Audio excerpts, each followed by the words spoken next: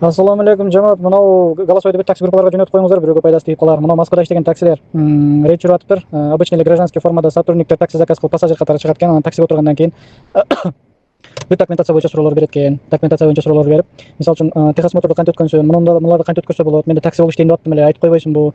Же болбосо страховкаңа тазабы же фальшивый канча сатыш керек деген суроолорду берет экен. Азыр именно бизден түшкөн тууганыбыз путевой лист боюнча сураган экен. Силер ар күнү барасыңарбы, жасатасыңарбы, бензин коротуп десе, ал мен бери вперед алып алган машинада жүрөт. Печаттар даяр коюлган болот. Мен пробегти жазып эле ошондо мен чыгып кетем, кол коюп эле деп айткан экен. Полный голосовой немеге жазып алыптыр диктофонго. Эми азыр ошого разборка болот экен. Аны алып азыр өзүнү следствияга алып кетишиптир.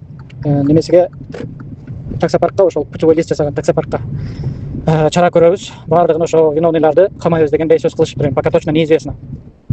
Ошого сураныбыз туугандар, таксиде иштегендер. Эгер ошондой суроолор болуп калса, подозрительный суроолор, жооп бербешке аракет кылалы. Эгер жооп бериш керек болсо, законный способдорун айтышыбыз керек. По-любому биз закон боюнча ар күнү эртең менен линияга чыгаардан алдын барып, медиктен өтүп, механиктен өтүп, анан кийин линияга чыгышыбыз керек. Бул биздин милдетибиз да, таксиде иштегендердики баардыгын.